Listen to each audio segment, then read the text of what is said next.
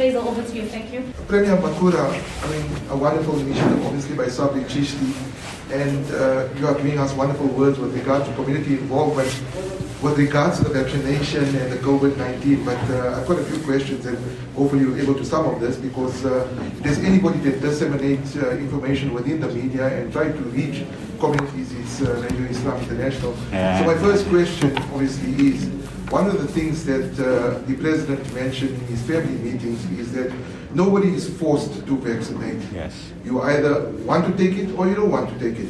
But the problem that we've been grappling with, and I've been grappling with within the community, is that there's a lot of information that's being disseminated by various people and communities and some organizations as well that say, you know what, listen, don't vaccinate, the vaccination got this, the vaccine got ingredients that's not permissible within certain religious groups and that sort of stuff.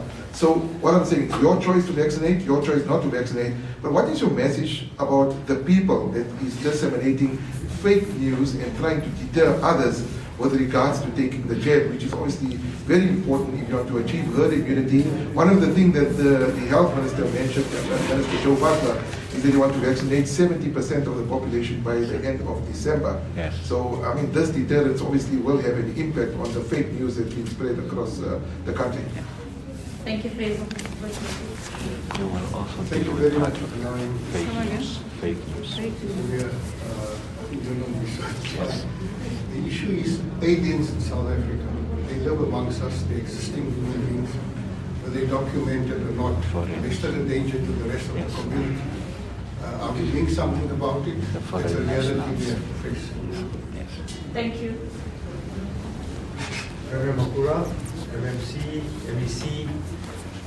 I don't want to dwell on the negative as to do you vaccinate, don't you vaccinate? Is there vinegar in vaccination? Are you going to die in 2 years? My question to our three government members is, what can we do more to help? Lean on us. It's an open statement. Lean on us. Ask us. Use our resources. We reach millions and millions of people monthly, daily. As the shopping center in Indonesia, we see 50,000 people a day. Help us to spread let us help you to spread your message. We've got a huge reach. Use us. Call on us. You all got my mobile numbers. Who's got my number? Use us. Just pick up the phone and say, listen, we need you to make a facility available, make an ambulance available, do whatever it is you need. We're there for you. We don't expect government to do everything for us.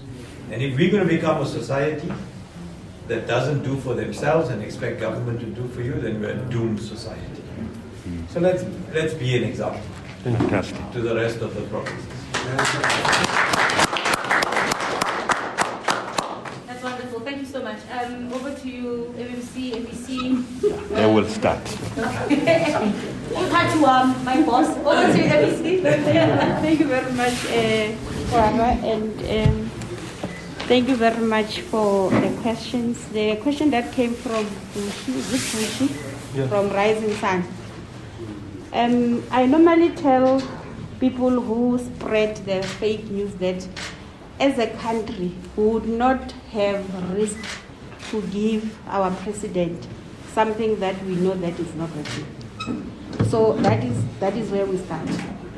And what we are also doing to try and disrupt this fake news is that wherever we go, when we visit vaccination sites, we normally get one of the vaccinees to talk positive about the vaccine. Because the other thing that is making other people scared, like the Premier said, you hear it from another person and then you are not, you just take that as the correct information. We tell people that you must come to us, come to the vaccination site or go to any clinic if you are not sure of the information that you get from other people, so that we can be able to give you correct information. Yes, some people experience side effects, some don't. And for those that have experienced, some are mild, some are severe. For those that have experienced some kind of side effects. They are the ones who are spreading the information that there's something wrong about the vaccine. And that is where we are also experiencing a challenge that we don't see people coming for their second dose. You find that most of the people are coming for their first dose and then they just drop off, or they just feel they are not going to come for the second dose simply because they have experienced side effects. So we're appealing to our people that don't listen to anybody, but just listen to the healthcare professionals. And any information that you get on the social media, verify that information before you can just rely on that information. And with regard to the you said something about can something be done? Is there any law? Remember, we are living in a free country. We are guided by the constitution of the country. Hence, the president said it. For you to be vaccinated is voluntary. But we need to pursue each other and make sure that we convince you and we convince other people that you can come and get the vaccine. The vaccine is safe. And as we also know that there are a lot of anti-vax, they are even protesting. There are doctors that are also spreading information that once you contract the virus, your body builds antibodies and you are more than 6% safe than the person who has received the vaccine. So hence we are saying let's hold hands together and work together in making sure that we are interrupting these fake news that are going around. I don't think that we would have done that with our president. That is the first thing that we need to spread, to say, if the president got it, I got it, the premier got it, and we are still here. And we did, yes, some of us, I didn't experience any side effects, the premier did. For me, I was lucky, I did not even feel anything, even the pain or a headache or what. But I did contract. It's true, we must tell people the truth, that even if we are vaccinated, there is that 1 in a million chance that you will contract the virus.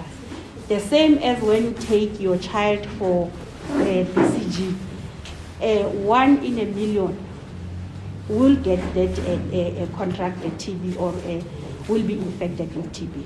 So we're trying by all means that we must pursue them. We know that it's not easy, it's voluntary. You pursue them until such time that they change their minds. A lot of them have changed their minds. They are coming for the vaccine. And then I think your question was also related to the one that you asked the premier thing on the fake news. And then on the foreign national thing, I don't know if you want to respond to that one. I will. Yeah, because I think we did have a discussion with the minister on Friday on that. Thank you very much. Thank you. I don't want to also break protocol because already the MEC has spoken. So I think the MEC and the premier will actually represent us. The city is covered. Outreach is our thing. Outreach, Mr. Premier, outreach is our thing, the city of Joburg. So we're getting as many as possible to get the vaccines. One more question. I think this one is very important. Last week, this time, a health official was arrested for selling negative COVID-19 tests. Yeah. Now, we know that if you travel to any country, whether it's nationally or internationally, you're going to need a vaccination card or a vaccination report. Now, this official was arrested. He subsequently appeared in court. The question I'm asking is this a bigger problem than just one person, number one? And is the Gauteng government doing something to ensure that this doesn't happen again? Because the reason I'm saying is, and I want to expand on the question, is that let's use an example like if you want to go to Saudi Arabia, if you want to go for Umrah at the moment, you need to have taken 2 jabs, if it's Pfizer or Johnson & Johnson. They will not allow you into the kingdom without a vaccination card. But there are rumors within the community, and this is something that even Yusuf Abramji had mentioned last week, that he's aware of people that are selling these fake COVID tests and fake vaccination cards. So how is Gauteng actually addressing this particular issue, which is a serious problem and may hamper your vaccination efforts? Thanks, Faisal. That will be the last Premier, maybe just. I think, yeah, yes. let's allow the MMC because it's an Yes. issue. I know the official was from the city of Johannesburg. Maybe just to respond to that particular Yeah. question. Then Premier will then do a summary and close off for us. Thank you. Yeah, a bit of detail on how the city is dealing with that case. No, I think, thanks, Premier. On the issue of the nurse professional worker who was apprehended for selling the cards, the situation is that the matter is now with our forensic department in the city, which of course deals with investigations and other things. But safe to say that the young man was arrested, and he has actually resigned, Premier, as well. He is no longer an employee in the city, but the matter is now at that level of the forensic department in our city. What we are doing to make sure that such incidents doesn't happen going forward, of course, working with the province, we will make sure that we develop strategies towards impeding these officials from doing such things in our space, which are incorrect, which are wrong, actually. So we're working on that. Of course, we'll be working with the province on that. Yeah, I think, Premier, it's safe to say that because I wouldn't want to go on and on in terms of the situation. But so far, we had only that incident, only that official who really misrepresented us as a city. And we hope that residents will not lose hope on us as government. It was just that official. We have dealt with the official, and we'll definitely make sure that we stop such incidences going forward. Thanks. Thanks, MMC. Premier, in closing. So let me just start with the one. I think our citizens know that we have lots of criminals. For every activity, there are people who sit and plan about how the criminal element is. Whether you are dealing with COVID, we have had it with PPE. So, and that's why we even have lost a very outstanding official. And I want to say that our law enforcement teams are working. That's why they arrested 7 people out of the killing of Babita Diokaran, a senior official who was really doing great work of pushing back on corruption. But I want to say to you that criminals will always try, whether it's with issues that have to do with counterfeit goods, you will always have criminals in this area. So I think what we can assure you is that every single case like the one we have of fake, someone selling fake certificates, including others doing, there's lots of criminality in the area. Others are selling things that they say, not even vaccines, they're selling different tablets, medications. The others are just misrepresenting to people things that would not work. So that there are things that all the state needs to do. The law enforcement teams must do their work. That's what I can assure you. Any criminality around vaccines, it is something that our police are on full alert. We pick up things from time to time in the social media or in the things are put up in the townships, scam for vaccination. We're able to track the reason that official was arrested. It's not an accident. It's because, and it's not the first official to be arrested. Some of you may not remember that there was an official arrested in Soweto last year, where people were queuing. Again, that official was issuing false documentation related to COVID-19. So all I can say is that it's not going to deter us. I think we must continue to take the vaccine to the people. Criminals can never deter us. Not even in the fight against corruption can criminals deter us. Even where they try, even where they attack, intimidate, whistleblowers.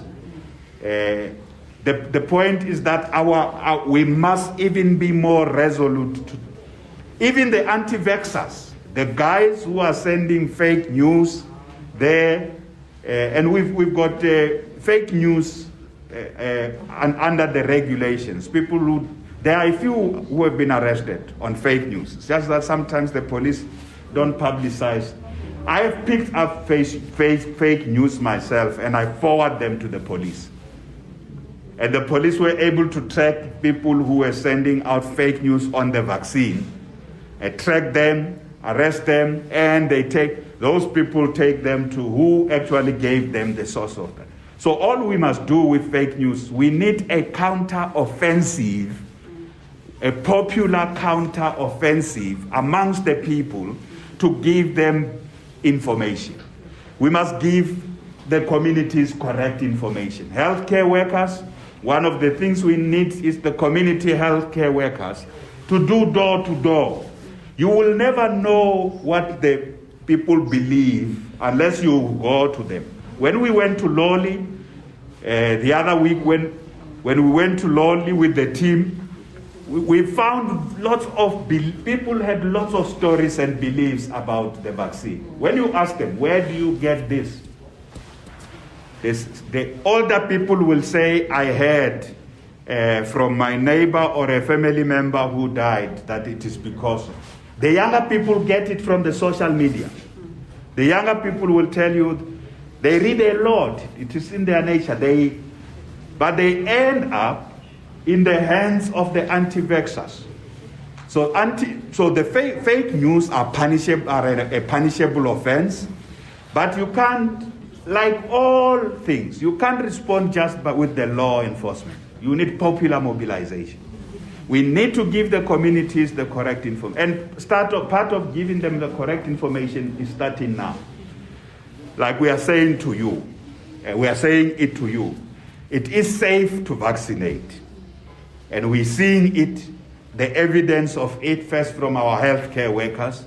And these stories that you will die in. I had people, including in my family, who really had bought in the story that in 7 days you'll be gone.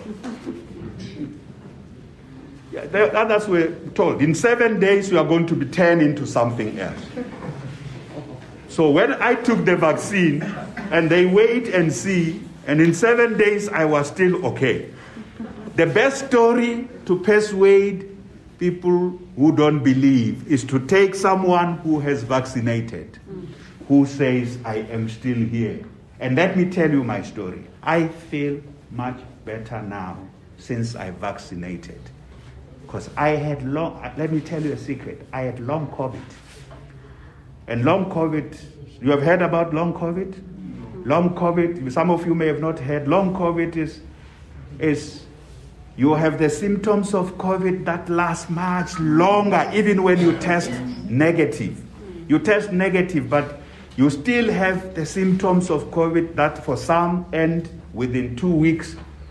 So up to 12 months, I was still having the symptoms. You feel tired, consistent sore throat, the things that you get, and just your energy level is not there, chest pain from time to time. After I took my vaccine, because I didn't test, I went to almost all the best specialists we have in our country in the public service, and they said the only way to deal with long COVID is to persist. Just persist. They said there's no treatment we can. You want to ask me how I feel now after taking my vaccine? Now I am on the street every day. These young people can't keep up with me. The young people can't keep up with me. I work 7 days a week I've returned to working 7 days a week. They can't keep up with me. I'm going to cycle with you, Bushi. You can't. That cycling program, I want to come there for an interview. You saw this whole week we were everywhere. So 2 weeks ago we were everywhere 7 days a week. I am the story also that vaccines do work. You can regain your full energy. So the way to deal with anti-vaxxers is to also bring the real lived experiences of people who vaccines have helped and who's better than our healthcare workers. These healthcare workers have been working through. They are really on top of their game. So I don't think we must allow criminals to sidetrack us by doing wrong things, by trying to steal, by trying to forge, by doing all kinds, including manufacturing false vaccines. They are going to do that and label it J&J. This is what organized crime does. And also strengthen government. We don't want any of our officials to end up selling the vaccines. That's why the system is very tight. The accounting for these vaccines is if a vaccine is wasted, the site needs to register and there must be evidence. How did that vaccine get wasted? What happened? So we have tight, but the criminals are clever people, we know. And they must know, when they move one level up, we will move another level higher. We will always be after them to chase them. The foreign nationals. The first thing is to say that I think the vaccine is first and foremost. Every country starts with prioritizing its citizens. And that's the right thing to do. Prioritize our elderly citizens. Prioritize those with comorbidities. And that's how we started. Protect those who are most vulnerable. But you know, a pandemic knows no color. It knows no gender. It knows no religion. It knows no nationality. And that's why it is stupid for what these powerful countries in the West are doing. To think that you can just get the vaccine for your own people. The vaccine knows no borders. So the better, vaccinating as many people as possible is better for. That's why you can't just vaccinate as a family and say you are safe. You need the whole community to vaccinate. And not just that community, you will need the whole country. Even when we have covered the country, let me say, if our neighboring countries are not vaccinating, the virus will come. So that is why we also vaccinate the foreign nationals. Firstly, we start with those who are accredited to be in the country. So they are foreign nationals. Our laws allow that they are in our country. They have documentation. They are working here. They've got permits. Those ones have been vaccinated because you deal with it as part of the normal. Then the difficulty is the undocumented, and that undocumented is part of a big problem in our country. Undocumented foreign nationals, and our Department of Home Affairs is dealing with that. Firstly, you need to also account for all of them. How many undocumented foreign nationals do we have? And what kind of activity are they involved in? Economic activity? Where do they live? How are they surviving? So that whole process, the Department of Home Affairs is helping us because many of them, you'll find that they are also refugees that need to be accredited. So we separate that. So the healthcare workers at the moment only vaccinate you if you have an ID, isn't it? Yes. Yeah. You must have an ID or you must have a passport. Or asylum seeker. If you are an asylum seeker, you will provide a certificate. So that gets done. And that is to cover as many people in our country as possible. So I just want to to emphasize the point that I think we must never be deterred by anti-vaxxers. We must fight fire with fire. That's what young people said to me. Yeah. When they deposit all these anti-vaccine messages, we must generate another excitement. And did you see we have done that in the last? How we go to the SABC and spend the whole day there. We were with Power FM. We get young people we also get celebrities. We get professionals. We get them on radio to pump. So that's fighting fire with fire. The anti-vaxxers, we can't succumb to them like we can't succumb to the corrupt. We can't succumb to corrupt people who are intimidating and threatening our officials, and then we say we can't do anything. Because we must vaccinate South Africans and save more lives. But these troops on the ground can do a lot of work. Door-to-door work is where to take the message. But they need to be trained, MEC and MMC. The volunteers need to be trained on how to deal with the anti-vaxxers message.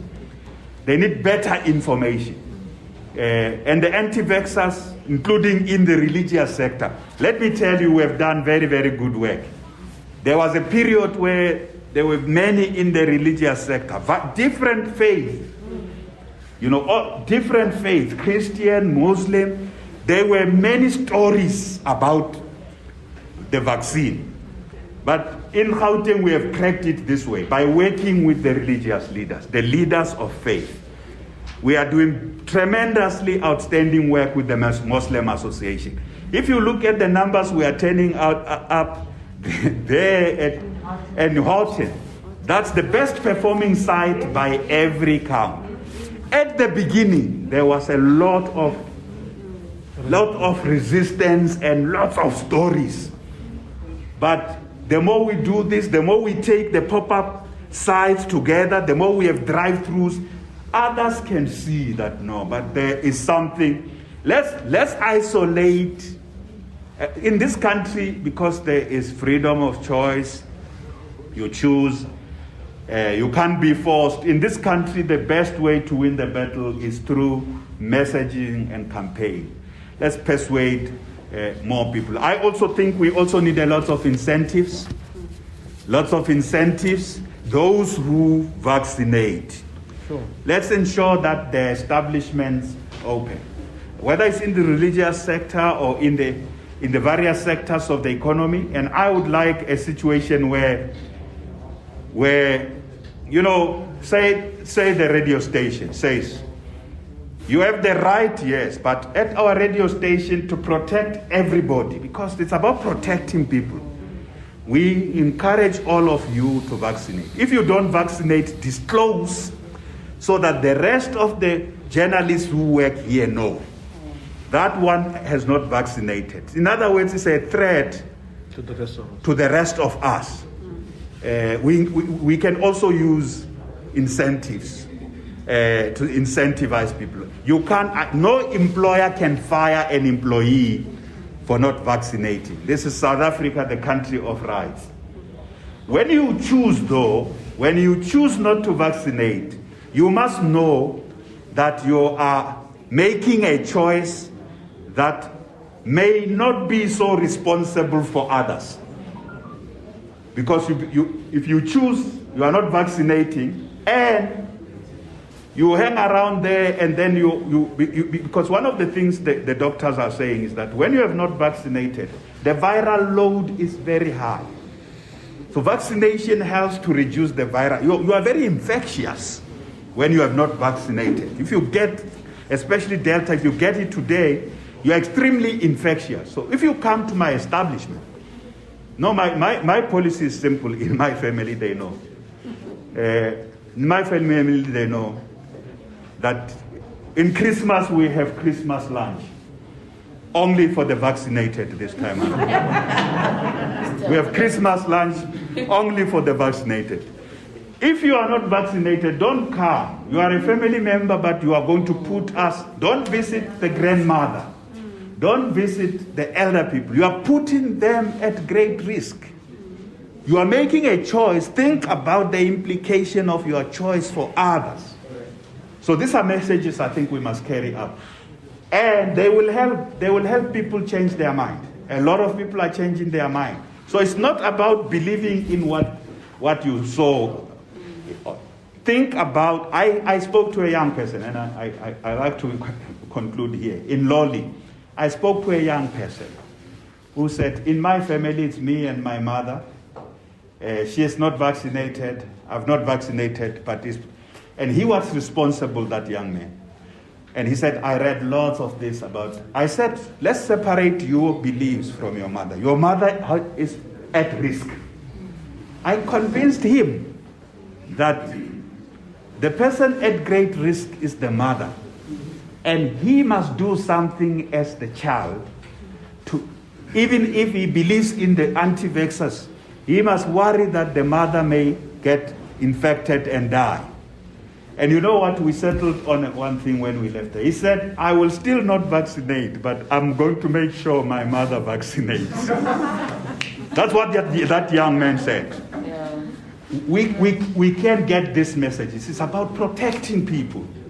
And we mustn't allow the anti-vaxxers and the criminals to deter us. We're not going to be deterred. I think we will continue, and if there's a case of someone who has done something with that, we will find them, they'll be arrested. This one, even if he has resigned, a criminal case will follow them, even if they have resigned from the city. A criminal case will be following them. They must be charged. They've brought the country into disrepute. They must be charged. Will also be scrapped of the roll. So thank you very much. I would like the young people to know that, we might even consider a tournament at FNB Stadium. Chiefs and Pirates. For the vaccinated. For the vaccinated only. Thank you so much, everyone.